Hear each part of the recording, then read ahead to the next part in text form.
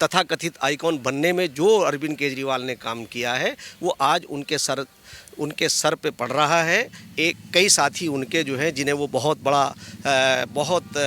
बड़ा योग्य बताते हैं और योग्य बताते हुए नहीं थकते, वो दोनों जेल में हैं, यानी सत्येंद्र जैन और मनीष सिसोदिया। आज वो पूरे देश के अंदर जो विकास कार्य नज़र आ रहे हैं, जो तमाम सड़कों का जाल बिछा हुआ है, जो इंफ्रास्ट्रक्चर बना है, वो नरेंद्र मोदी जी की वो सोच जिसे ब्यूरोक्रेट ने जा कर के उसे ला कर के क्रियान्वित किया है। तो क्रियान्वित कराने वाला वो उनसे ज़्यादा वो होता है। और जो ये डिग्रियों का सवाल उठाते हैं कि नरेंद्र मोदी जी जितनी पर्याप्त जो एजुकेशन है वो उनके पास है। नरेंद्र मोदी जी जब यहाँ से जाते हैं, पूरे विदेशों के अंदर जाते हैं, तो भारत की अलग ही एक शनाख्त हुई है। और अभी G20 आने के बाद जो यहाँ एक और मैसेज आएगा वो बहुत बड़ा होगा। तो इसलिए मैं कहना चाहता हूँ कि अरविंद केजरीवाल, तुम्हारी डिग्रियाँ एक तरफ, नरेंद्र मोदी का कैरेक्टर एक तरफ।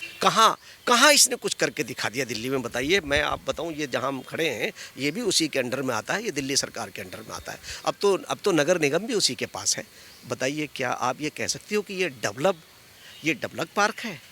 बताइए, कहीं किसी जगह कोई देखिए। ये अगर आप अपने प्रैक्टिकली देखो ना, जिन्हें इन्होंने जिम्मेदारी दे रखी है वो सब अभी तो उनका सामने भी नहीं आया, वो तो बहुत करप्ट लोग हैं, पूरी टीम करप्ट है इसकी। नमस्कार, स्वागत है आपका हमारे चैनल पर। मैं हूं आपके साथ शेरन। जहां देश विदेशों में देश के प्रधानमंत्री नरेंद्र मोदी के नाम का बज रहा है डंका, तो वहीं दूसरी तरफ दिल्ली के मुख्यमंत्री अरविंद केजरीवाल आज लगातार देश के प्रधानमंत्री पर सवाल उठाते हैं और कहते हैं कि देश के प्रधानमंत्री पढ़े लिखे नहीं है और इसीलिए कोई अगर ना पढ़ा लिखा व्यक्ति है तो उसे कोई भी पागल बना सकता है, और इसीलिए वो डिग्रियों को लेकर लगातार आज देश के प्रधानमंत्री से सवाल पूछते हुए नजर आ रहे हैं। इस पूरे मामले पर बात करते हैं। हमारे साथ मौजूद हैं मौलाना मुफ्ती शमून कासमी, जो कि ISE के फाउंडर मेंबर भी रह चुके हैं, यानी कि अरविंद केजरीवाल का वो मूवमेंट जिसे लेकर वो राजनीति में एंट्री हुई थी, और अरविंद केजरीवाल के जानने वाले भी हैं। सर ये बताइए, अरविंद केजरीवाल IAS अफसर रह चुके हैं, दिल्ली के मुख्यमंत्री हैं,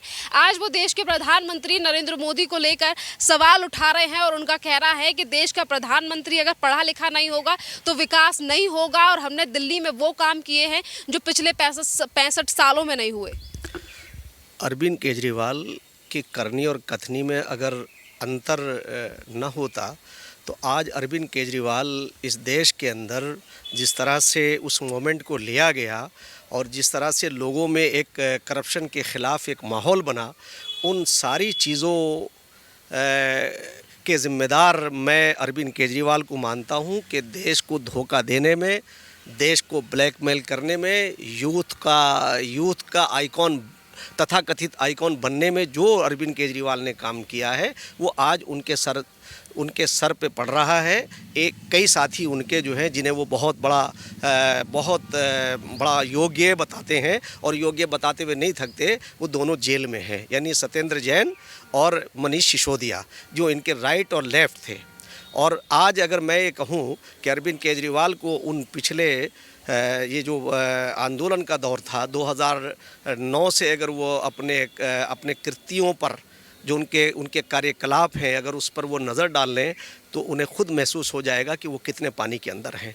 मैं आज ये कहना चाहता हूँ कि अरविंद केजरीवाल को हमने, ये IRS थे, IRS की नौकरी करने के बाद असिस्टेंट कमिश्नर रहे, असिस्टेंट, अभी वो कमिश्नर भी नहीं थे, और हमने उस पर जो है उसकी ब्रांडिंग की। हमने ब्रांडिंग की कि हम समझे कि भाई ये ईमानदार आदमी है, नीचे से निकल कर आया, सिस्टम को जानता है। तो ये सिस्टम को जानने के बाद उस सिस्टम को जाके जैसे उन्होंने जा कर के वहाँ उस सिस्टम से फ़ायदा उठाने की कोशिश की है, नरेंद्र मोदी जी ने ये काम नहीं किया। बल्कि नरेंद्र मोदी जी को मैं उसके साथ एक बात ये कहना चाहता हूँ, पूरी दुनिया जानती है, और मैं दुनिया के सामने और भारत के सामने ये बात रखना चाहता हूँ कि गुजरात के मुख्यमंत्री से लेकर के और देश के प्रधानमंत्री तक जो IAS जो ब्यूरोक्रेट्स हैं, जो ब्यूरोक्रेट्स जो हैं, तमाम डिप्लोमेट्स का इस्तेमाल करते थे, अगर उनका किसी ने सही इस्तेमाल किया है तो वो हमारे प्रधानमंत्री श्री नरेंद्र मोदी जी हैं। आज वो पूरे देश के अंदर जो विकास कार्य नज़र आ रहे हैं, जो तमाम सड़कों का जाल बिछा हुआ है, जो इंफ्रास्ट्रक्चर बना है, वो नरेंद्र मोदी जी की वो सोच जिसे ब्यूरोक्रेट ने जा कर के उसे ला कर के क्रियान्वित किया है। तो क्रियान्वित कराने वाला वो उनसे ज़्यादा वो होता है। और जो ये डिग्रियों का सवाल उठाते हैं कि नरेंद्र मोदी जी जितनी पर्याप्त जो एजुकेशन है वो उनके पास है। और उन्होंने उस पर्याप्त एजुकेशन को, उनके साथ एक बहुत बड़ा एक्सपीरियंस है, उन्होंने ज़मीन पर रह करके काम किया है। और मैं समझता हूँ कि जैसे पहले कहा जाता था कि एक पढ़ा लिखा आदमी और एक गुना हुआ आदमी, वो गुना हुआ आदमी ज़्यादा काम करता था पढ़े लिखे की बनिस्बत। और उसकी मैं मिसाल देना चाहता हूँ कि जब देश आज़ाद हुआ तो देश की आज़ादी के बाद, इसमें कोई शक नहीं कि पंडित नेहरू प्राइम मिनिस्टर बने, मगर उनके बाद जो लोग आए हैं, चाहे वो देवीलाल जी हों, चाहे वो अन्य और लोग हों, हमने उनकी डिग्री को नहीं, उनके चरित्र को देखा है। आज अरविंद केजरीवाल को ये मौका मिला था, बहुत शानदार मौका था इस आदमी के सामने कि ये अपने आप को साबित करके दिखाता। अलावा ज़बान दराजी के, अलावा बदगोई करने के कोई और काम नहीं किया। कहा हम गाड़ी नहीं लेंगे, गाड़ियाँ भी ली। कहा हम बंगला नहीं लेंगे, बंगला भी लिया। कहा हम सैलरी नहीं लेंगे, तो 400 गुना सैलरी भी ले ली। यानी ये सारी चीज़ें जो है, तुमने कौन सा एग्जाम्पल सेट किया है, कौन सा आपने आइडियल बन के दिखाया लोगों को, ज़रा बताओ तो सही। आप तो इस तरह से नौजवानों को गुमराह करते थे कि जैसे हम जा रहे हैं। तो आपको मैं आपसे भी मैं ये बात सवाल कर रहा हूँ कि हम जब लोग सफ़र करते थे साथ में, तो नॉन एसी से नहीं गए, थर्ड एसी या सेकंड एसी। अब बताइए, थर्ड एसी और सेकंड एसी के लिए आपका जो वेटिंग रूम होता है वो भी एसी होता है। ये वहाँ प्लेटफार्म के ऊपर दोनों महारथी, यानी अरविंद केजरीवाल और मनीष सिसोदिया, उस पर अखबार बिछाया और सो गए, यानी नाटक कर रहे हैं सोने का। अखबार को उस पर फ़ोटो खिंचवा करके उसे इंटरनेट पे डाउनलोड कर रहे हैं। तो हमने कहा यार तुम तो मक्कार हो। तो हम उन सारी चीज़ों को देख रहे थे। उसके बाद जब रालेगण के अंदर हमारी पहली बैठक हुई तो हमने ईमानदारी इनकी वहाँ देखी। ये कितने बड़े ईमानदार हैं। ईमानदारी के नाम पे कलंक। वो पैसा जो रामलीला ग्राउंड में आया था, करोड़ों रुपया था, उसे इन्होंने अपने पीसीआरएफ में जो इनका एनजीओ है अरविंद केजरीवाल का, उसमें डाल लिया। तो वहाँ जब हमने उस पर ऑब्जेक्शन किया कि ये पैसा तो जनता का है और ये तो ट्रांसपेरेंसी के खिलाफ है कि तुमने अपने एनजीओ के अंदर डाला, तो उस वक्त इन्होंने, अरविंद केजरीवाल ने उस वक्त किरण बेदी को और प्रशांत भूषण जी को उसका ट्रस्टी बना दिया, ऐलान कर दिया कि हम इन्हें ट्रस्टी बनाते हैं। उस वक्त कुमार विश्वास भी उन्हीं के साथ थे। मैंने अन्ना से कहा उनके कान में कि अन्ना ऐसे है, तो अन्ना बोले भाई ये तो ट्रांसपेरेंसी के खिलाफ है। उसके बाद उसी वक्त जो है फोर फाउंडेशन, जो अमेरिका में, जो हिंदुस्तान में जो है हमारे भारत के अंदर अगर कोई ऐसा क्रियाकलाप करता है, उसे वो लोग वहाँ से एड भेजते हैं। तो ये मनीष सिसोदिया के उसमें 4 करोड़ रुपए उस वक्त फोर फाउंडेशन से आया, उस पर भी हमने ऑब्जेक्शन किया। तो अब ये जो लोग ये कह रहे हैं कि साहब हम जो है, हम तो बहुत अच्छे लोग हैं, और नरेंद्र मोदी जी की डिग्रियों को लेके जो ये सवाल कर रहे हैं, नरेंद्र मोदी जी की डिग्रियाँ ये भारत है, भारत के लोग हैं, भारत की यूनिवर्सिटीज़ हैं। आज नरेंद्र मोदी एक गरीब घर से निकल कर के आया, आज नीचे से निकल कर के आया, और उसने अगर वो काम कर रहा है, और हम और ये चाहते हैं, जनता और ये चाहती है कि आप थोड़ा सुविधा, और वो देंगे सुविधा। मुझे पूरी ऐसी आशा है कि गरीब आदमी के दुख और दर्द को तो वो जानेगा ना जिसने गरीबी देखी है। जिसने गरीबी नहीं देखी, जो आईआरएस सीधा आईआरएस बन के आया, आईआरएस को और आईएएस को कितनी फैसिलिटीज़ मिलती हैं, उनका उस गरीब आदमी से क्या ताल्लुक़ है। ये आज डिग्रियाँ गिना रहे हैं।